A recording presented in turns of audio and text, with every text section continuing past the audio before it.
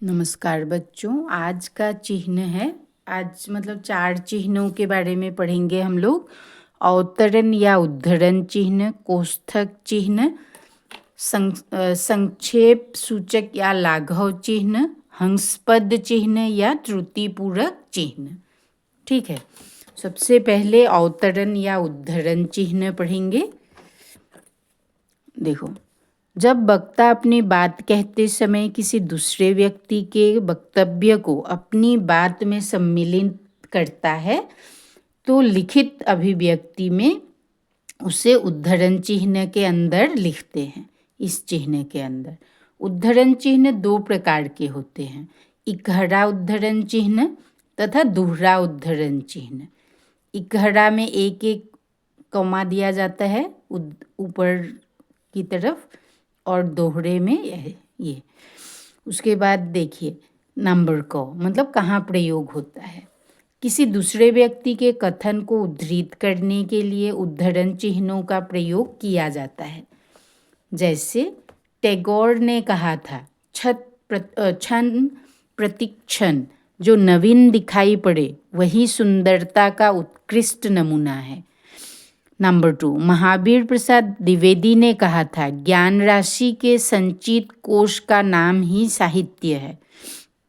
किसी व्यक्ति का नाम, उपनाम या किसी ग्रंथ का नाम लिखते समय इकहरे उद्धरण चिन्ह का प्रयोग करते हैं। जैसे प्रमुख साहित्यकार है प्रेमचंद, जयशंकर प्रसाद, जैनेन्द्र, मैथिली शरण गुप्त आदि। नंबर 2, प्रेमचंद की प्रमुख रचनाएं हैं निर्मला, गबन, रंगभूमि, कर्मभूमि इत्यादि। उसके बाद आता है कोष्ठक चिन्ह।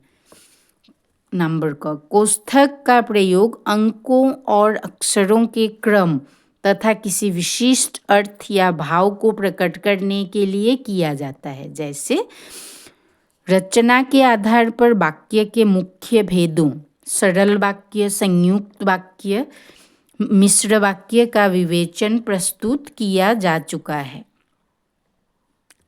ये देखिए बीच में इसीलिए कोष्ठक में रखा गया है सरल वाक्य, संयुक्त वाक्य और मिश्र वाक्यों को।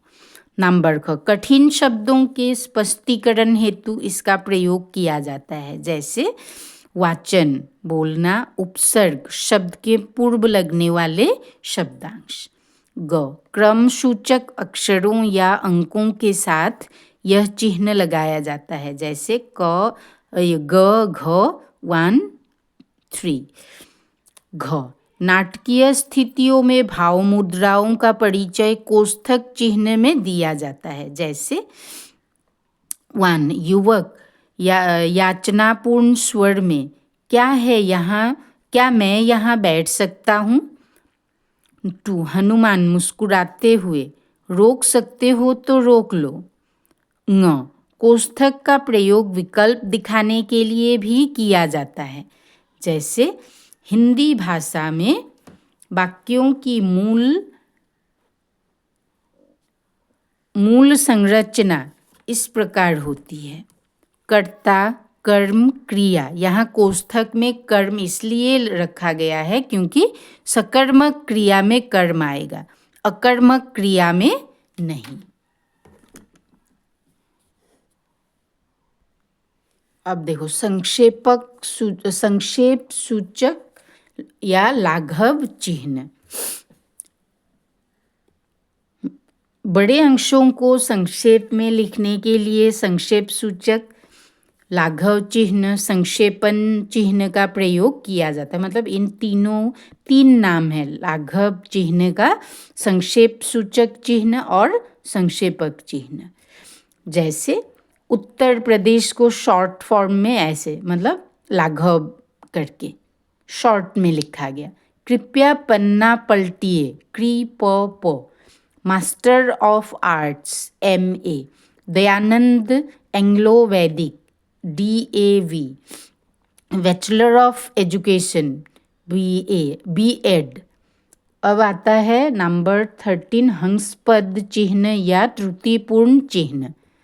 देखो ऐसे लिखते हैं या ऐसे। लिखते समय जब कोई शब्द या अंश छूट जाता है तो इस चिन्ह को लगाकर उस शब्द को ऊपर लिख दिया जाता है। जैसे दास्ता के सांचे में ढलकर मनुष्य अपना मनुष्यत्व खो बैठता है। घायल की गति, घायल जाने और न जाने कोई। देखो